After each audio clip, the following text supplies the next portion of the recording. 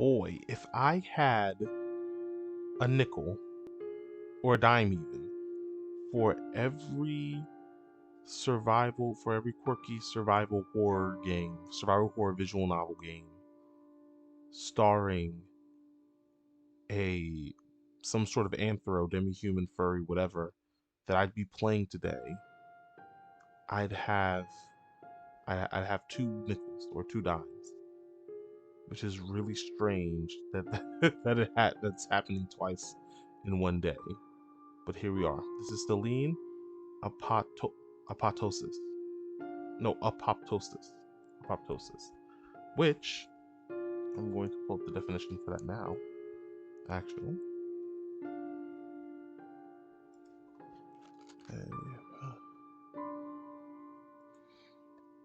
which means the death of cells which occur as a normal and controlled part of an organism's growth or development. It is the process of a organism's cells dying, which is how we degenerate as organisms, and it's also how we age.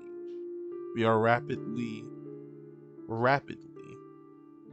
creating, preserving, and losing cells. And uh, instantaneous death syndrome is sometimes caused by your body just stopping the production of cells, leading to shock, and death. Sometimes that's what instant death syndrome, instant death syndrome is caused by. Sometimes, but this game recommends you buy the DLC, and the DLC is very appropriate for the complete experience. There's a complete pack which comes with, I believe, some art, uh, alternate voice, some extra content, some extra story content, modding assets, access to some of the games, to some additional game assets for the purposes of modding and possibly memes and shit, as well as some spicy adult content. So they say for the best experience, for the full experience, consider buying the DLC. So I may or may not be buying the complete pack, and maybe we'll come back with a short review of the game, but we're just going to play the first few minutes and really get a feel for it. So let's get up in there.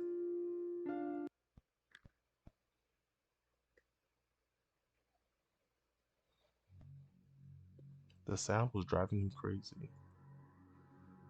Monotonous, muffled thuds was resonating throughout his head with dull pain. The pain wasn't too strong, nothing unbearable. That sound. More than anything else, he wanted the sound to just stop. Thud. Nevertheless, the knocking sounds didn't end. He knew it well enough, because he himself was their origin. Thud. Thud. Thud.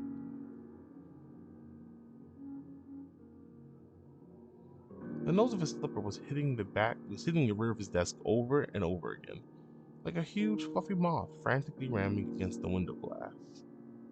Let me in, I'm a fairy. He wanted plenty of things. He wanted to pay his rent on time this month, not to displease his landlady again. He wanted to finish the script, at least in draft, because a draft was better than nothing, and it's something one can work with.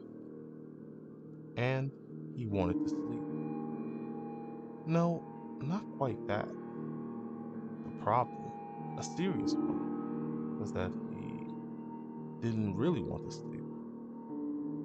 He leaned back in his chair and rubbed his shut eyes, pressing his eyeballs until pale, dancing lights appeared. Of course, he took the sleeping pills. When a healthy 8-hour sleep gives way to a not-so-healthy 5-hour nap, and a 3-hour eye shut break, and then goes away entirely, you stop thinking about how this impacts your liver. Ooh. Return. You just want to sleep. You need sleep, especially if you've already taken an advance payment for the first part of a gig, and the goddamn text just won't write itself. However, if the text could in fact write itself somehow, he'd probably lose his job. He didn't have any illusions in that regard. As soon as neural networks get smart enough, he and dozens of other ghostwriters will vanish into the morning mist of a new era in literature. Fuck AI. Fuck AI. Neural networks? Depends. But generally, fuck AI meddling in art. It should be used to enhance art, not replace artists. The problem is everybody who wants advances in AI artistry, in AI upscaling art, in AI being assisting tools to art, want to eliminate artists and humiliate them for some reason. I don't know. Fuck that. He didn't have much of a name or connections, only some skill and a knack to meet the deadlines for the most part. The client was content with this, and he was content with the pay. So everything went well until the pills started failing him. Blam. This time, the tick got too strong.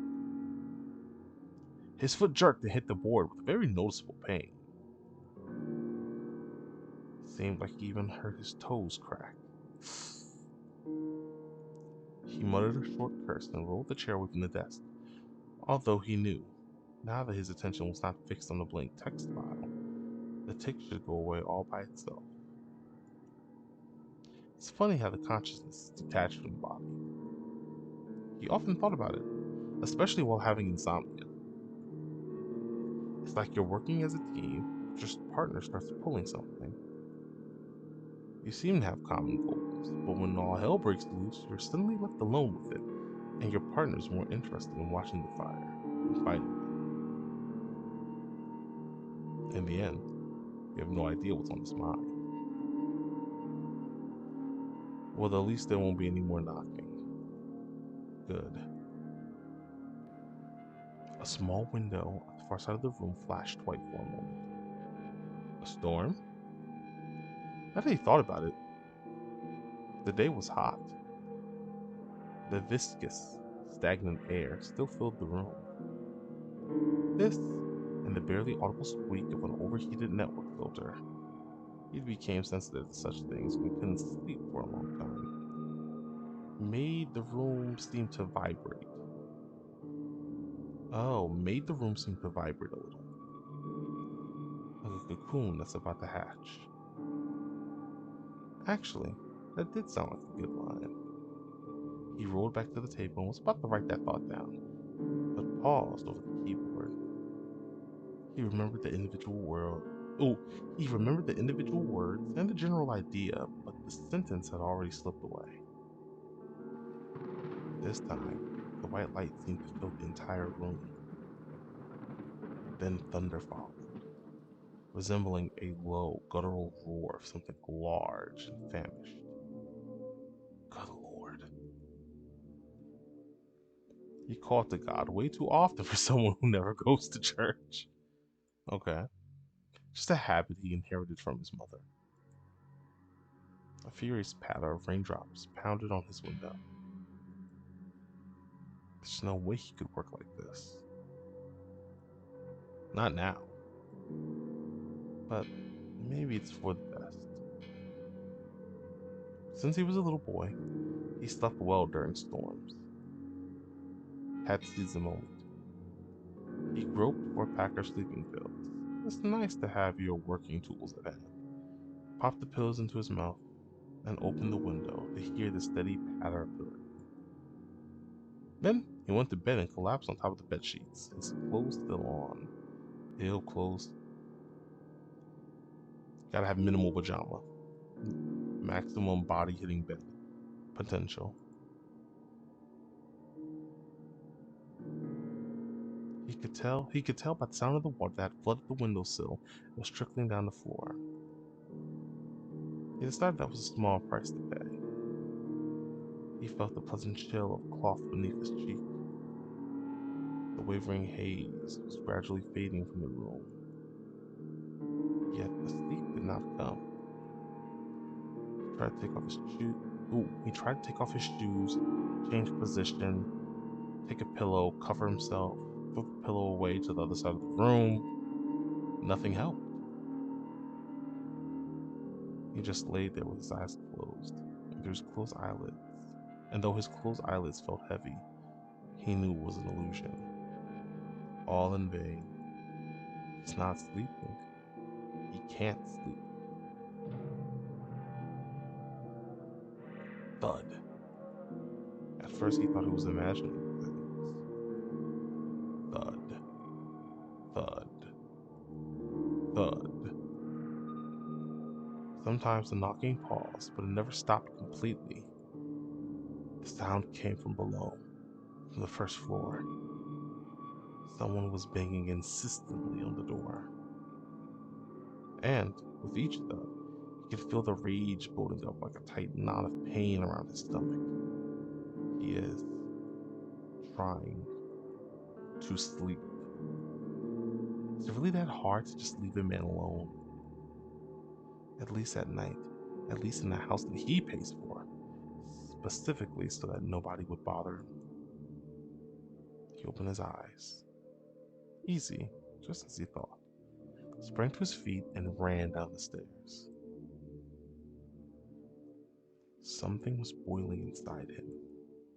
Halfway to the door, he took a turn to the cupboard and pulled out an old baseball bat. He wasn't likely to actually use it. He asked himself if he would, as he reached for the door handle. No, he certainly wouldn't. But he's angry, and he wants the night guest to learn it. Ooh, that's crazy. What the hell? The rain was still pouring, or rather, it was actually getting stronger, as his mother would say, and the floodgates of heaven tore open. Ooh. His mother used to say a lot of things. That was on the list of reasons why he had to rent this overpriced house where anyone could start banging the door in the middle of the night. A cat, for example. What the hell? He said it again, this time aloud. A cat was standing on his porch. She looked like a purebred British Shorthair in all respects, except for the color. Aside from the smoky gray head, it seems as though she dropped into a vat of white paint, while her lower part was dipped into a black one. Wet fur clung to her small, rather skinny body, dripping with water. The cat I'm sorry for flubbing all of these lines. The cat could have probably slipped into the house as soon as the door opened, but instead she froze, as if waiting for the host to say something.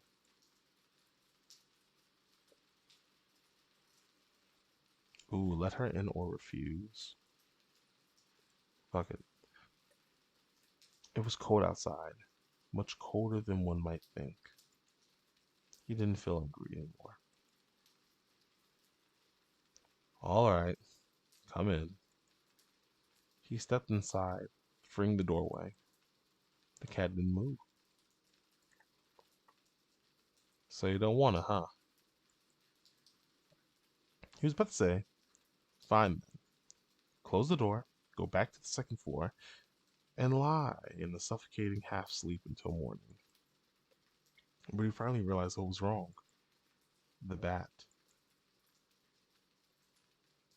He threw it away, aiming for the sofa, but missed.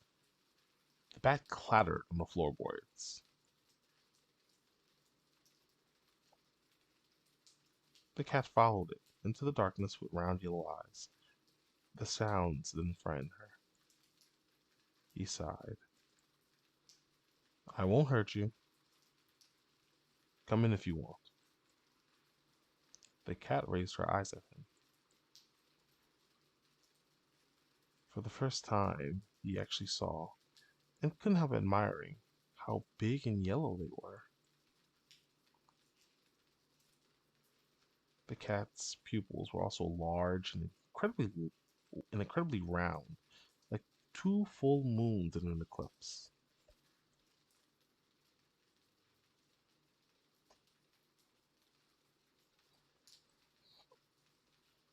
Just as he was about to close the door for the second time, the cat murmured something and fluttered into the house, butting him with her wet head as she passed by. He smiled. Strictly speaking, at this very moment, his line had ended. If the landlady found out, and he was sure she would, he'd have to look for a new place to live. There are plenty of lonely, bored seniors in the neighborhood, he thought, and they only have two hobbies: observing and reporting. The subject and recipient aren't that important. Was fine. Maybe he'd leave the suburbs. Maybe he'd move into an apartment, since him getting privacy didn't work out anyway. The rain was getting stronger still. He closed the door.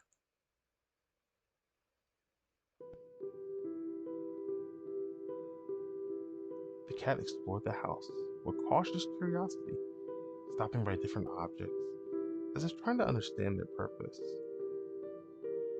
Watching that was amusing. So amusing, he even forgot about the stain. When he remembered, it had already spread out, a dark spot of water in the place where the cat had clunked in. He pulled the wet cloth away from his body and stared at it blankly for a moment, then almost groaned aloud. The cat was soaked, so she probably got a lot of dirt in the house. He's decided not to turn on the light. He had had enough disappointment for the night. Instead, he went to get a towel. All right, come here. The cat turned her head to the voice in a frozen place. She was examining the TV, a lifeless black mirror of plasma panel in a lacquer frame that he hadn't even touched since moving in. In a reflection, the cat herself looked black. She gave him a long, appraising look, and then, with a sudden eagerness, trudged toward him, deftly avoiding the obstacles. He was surprised. Maybe the cat decided he was more interesting than the TV. Or maybe she acted out of respect for her host's will. Anyway, he felt grateful. Finally, someone he can actually negotiate with. Suddenly, he thought how nice it would be to crawl under the blanket with a warm ball of fur. It would surely have helped him to fall asleep.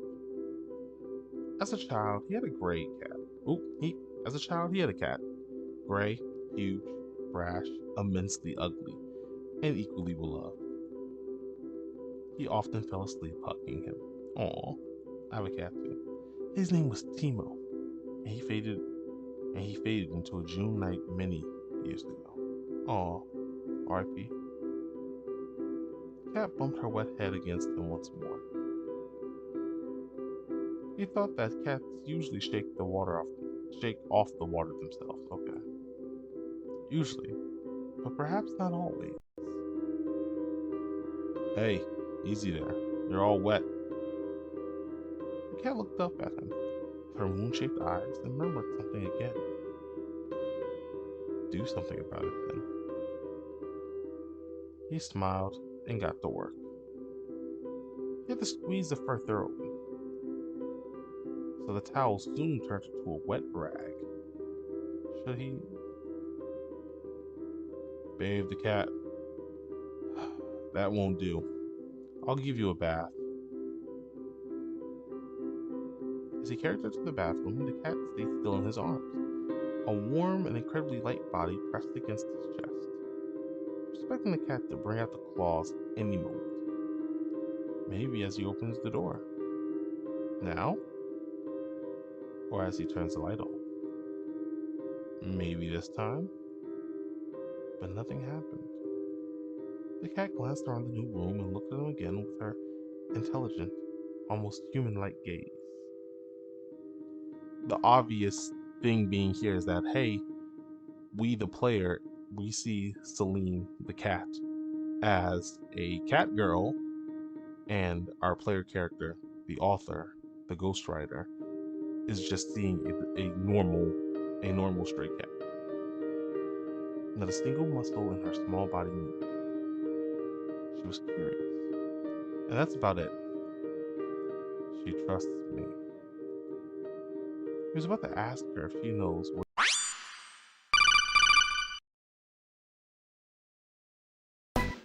Hold on there. We'll get back to the video in just a second. But first, I'd like to ask you guys to like, subscribe, ring the bell, comment, and share.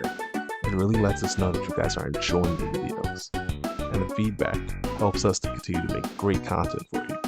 Alright, back to the video.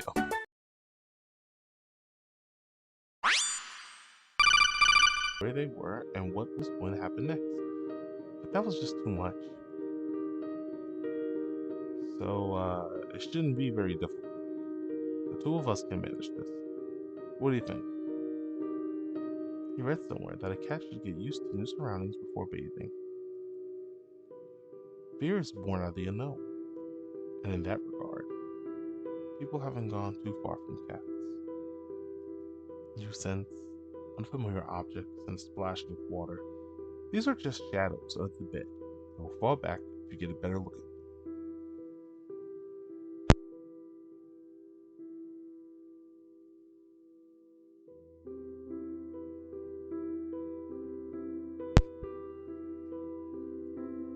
He carefully put the cat on the floor. She looked around the room again and returned her questioning eyes to him. It seems like she got comfortable enough. He turned on the water in the shower and felt a gentle touch. The cat was already loitering around his feet. She was curious indeed. The shower isn't so bad compared to the rain, is it? The joke came out a little awkward. He felt embarrassed, and he didn't know why. Ah! Come on.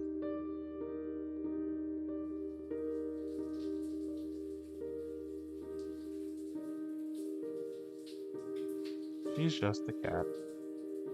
Maybe it was because how the water glistened on her skin, or how she was looking at him from under half-lowered lashes. She was actually watching. He met her eyes, and each time felt shame burn through him. But the shame was thick and sweet. He was a little dizzy. His hands slid over her smooth, wet skin, and each time he'd ask himself, was it really necessary? Then he would feel her eyes on him, and his thoughts would melt, running down her thighs to the lather, disappearing between her neat toes. The bathroom shimmered, molten, bright, pulsating with light or darkness. He felt he was losing his balance and pulled his hand away. But she returned and pressed it to her wet, hot skin, covered in a soapy veil. Oh, come on! She guided it.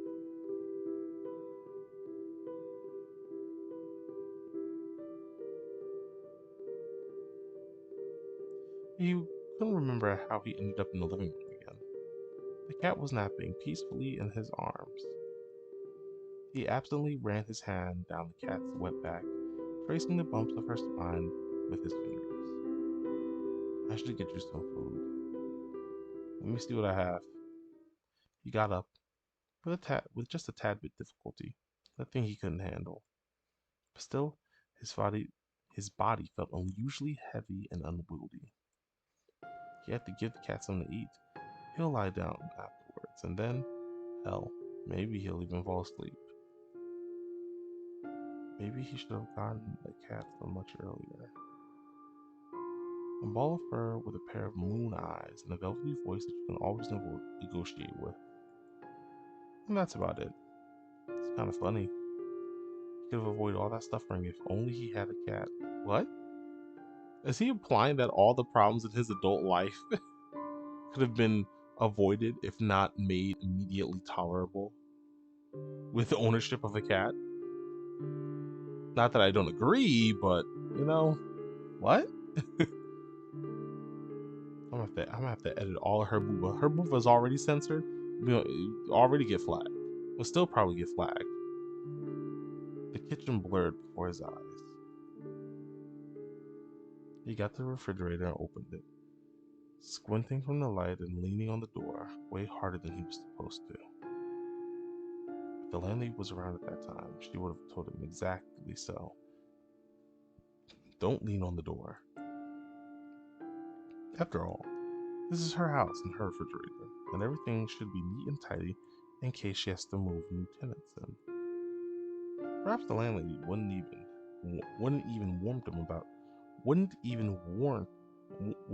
warn him. Yeah, perhaps the landlady would have even warned him about the milk. Why is it warned? Warned him about the milk. The milk itself is completely harmless, of course, unless of course you are allergic to lactose. But there is a special kind of lactose-free milk, right? Yes, there is. What matters is the bottle. Bottles, much like cats, can vary greatly, but this particular one was made of glass. If only the landlady were here, she probably would have told him not to touch the bottle because he's falling onto the floor, and the bottle might break, and the milk will spill, and he would have nothing to feed the nice cat, or rather, it was her who found him, and very timely, because he was lying on the floor. Oh, that was a nice transition to go, hey, you're passing out. Hey, you're overthinking the fact that you went to get some milk for the cat, and now you're passing out. He'd been lying there for some time, and would have been lying still if he hadn't felt the light touch of something hot and rough on his cheek. It was almost like a dream, although, of course, comparing sleep with fainting isn't quite correct, no matter how you look at it. The floor beneath him was surprisingly hard, cold, and wet. He felt all of those three qualities clearly. It was afraid to imagine what would happen if he tried to move. But he had to move, one way or the other. At least to see what's up, because something hot and rough was still sliding up against his cheek, gradually creeping to his ear. He felt a warm breath, then a cautious bite. Ow! He jumped on the spot. A shadow rushed to the side, and then calmly began to lap milk from a puddle. Ah, yes, the horror thriller visual novel starring furry slash demi-human character. I think I can get away with that because there are worse things. There are things that are just as bad, if not worse, than the fighting games I play. But this is kind of pushing it. The cat. What are you doing? The cat looked at him briefly and licked her lips. No need to be this dramatic. Why is he hearing the cat speak in his head? You were just lying around idly, and you're not even a cat. See?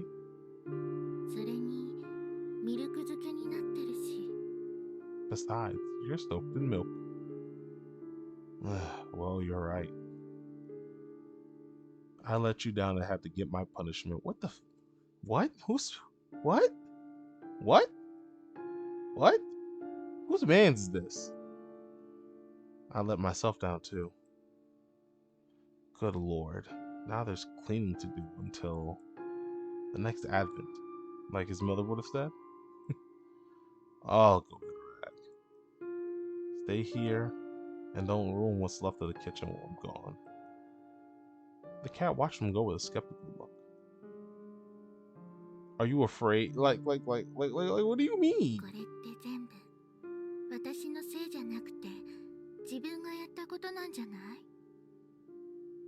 Aren't you the one who's been causing the trouble so far? When he returned with the bucket, the cat was gone.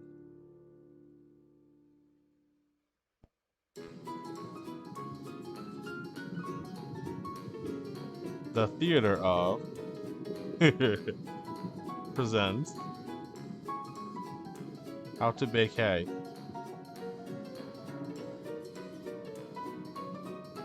In the kitchen, something exciting is happening. Oh nah. What the fuck is going on? Take. You will need a blade.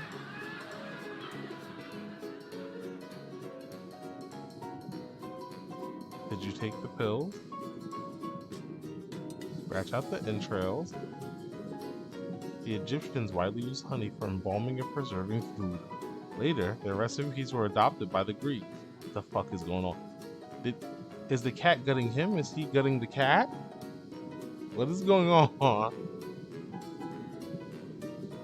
Also add a teaspoon of apricot jam, a walnut, and a little cinnamon. Before baking, put a teaspoon of butter on top of. Microwave for 5 to 7 minutes at full power. What is happening? Don't listen to them scream. Oh nah. Oh he he fucking bumped his head. Bon appetit. Oh nah.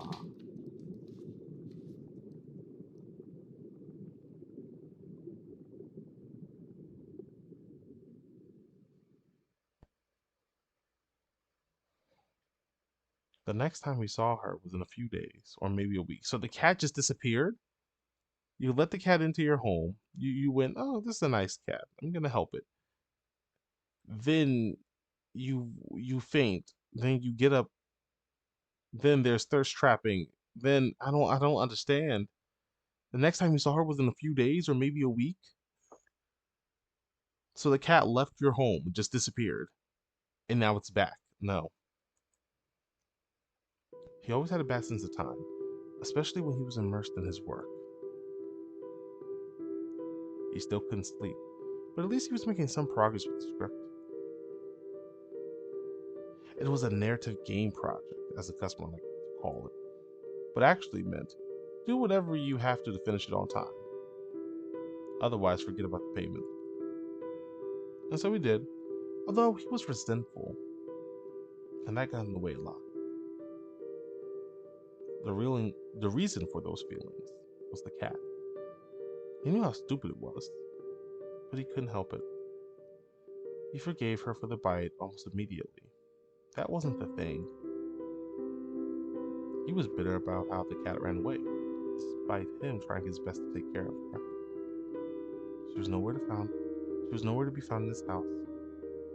So he immediately thought about an open window on the second floor. Maybe he should have closed it. He dwelled on the thought for a while. He even approached the window at some point. But in the end, he decided to not do anything about it.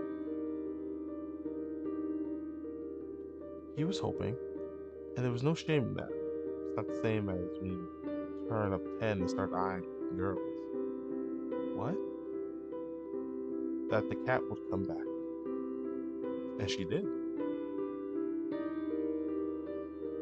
He had just settled himself on the sofa with a book.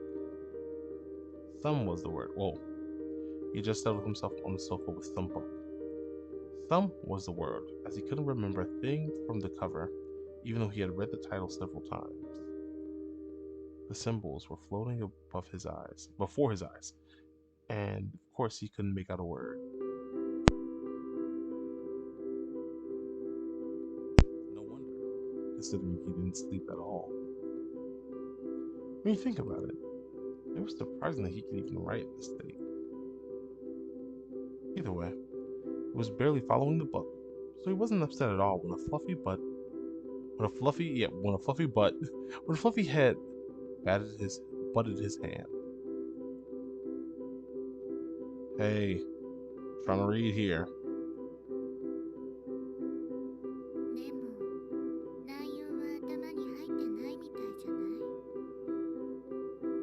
And you don't seem to be getting anywhere. What does it matter anyways? You better scratch me right here. He complied. You were absent for so long. I thought you wouldn't be back.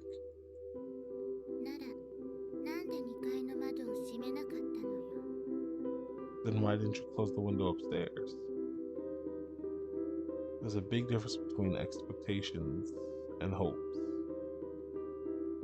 He had learned that well. Why'd you leave? Did I do anything wrong? The cat stayed silent. Oh my god. We should be better. We're gonna be happy. Alright. It doesn't matter that much. I'm happy to have you back.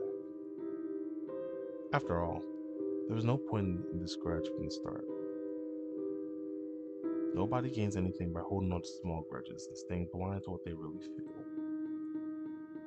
He wouldn't have won anything. It's not a damn lottery. The cat rubbed his arm again. He put the book down and gently placed her on his lap, locked it around her neck. Unexpectedly cold touched his skin.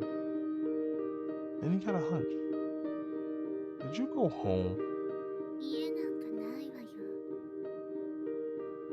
I have no home. Well, someone must be caring about you if they put that collar on.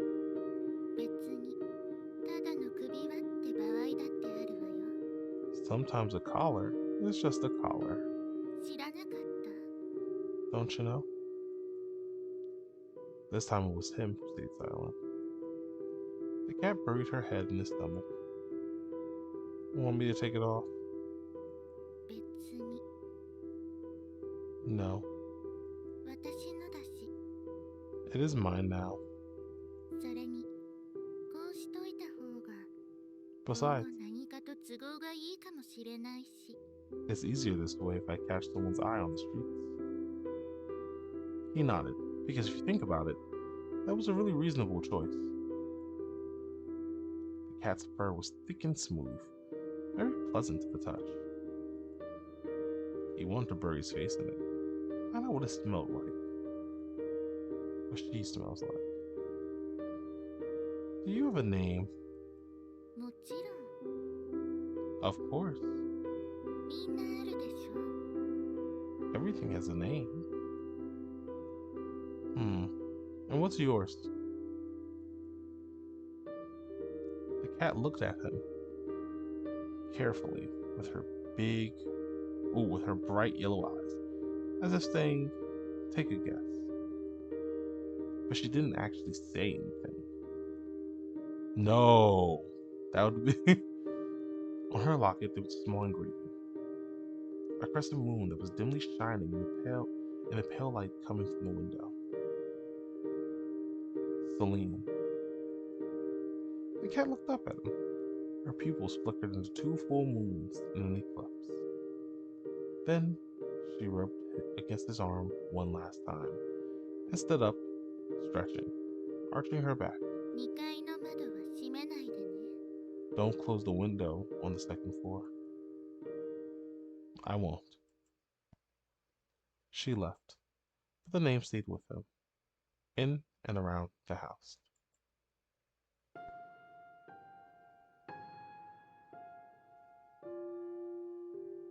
Selene. So hummed the glass white in moonlight. So whispered the long shadows of the branches outside the window. We're gonna call it here. This has been Selene. What's the name of the word?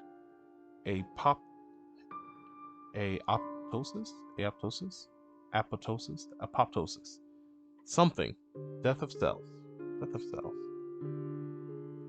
I'm gonna have to edit all the spicy bits, even though I play fighting games. I play fighting and action games on the channel, and those are just as bad with the fan service, if not more. Go check this out. It's free. Each DLC costs anywhere between $3 and $7, and getting the complete DLC for the game is about $9. I'm going to maybe pick this up, and maybe we'll play some more on the channel. Who knows? But I am a bit worried about, because getting the 18 plus DLC will probably decensor some stuff, and I don't feel like recensoring that in the editing process. So maybe not, or maybe we'll beat the game before I decide to get it activated, or maybe I'll have to toggle it on off in the settings. Selene, everybody,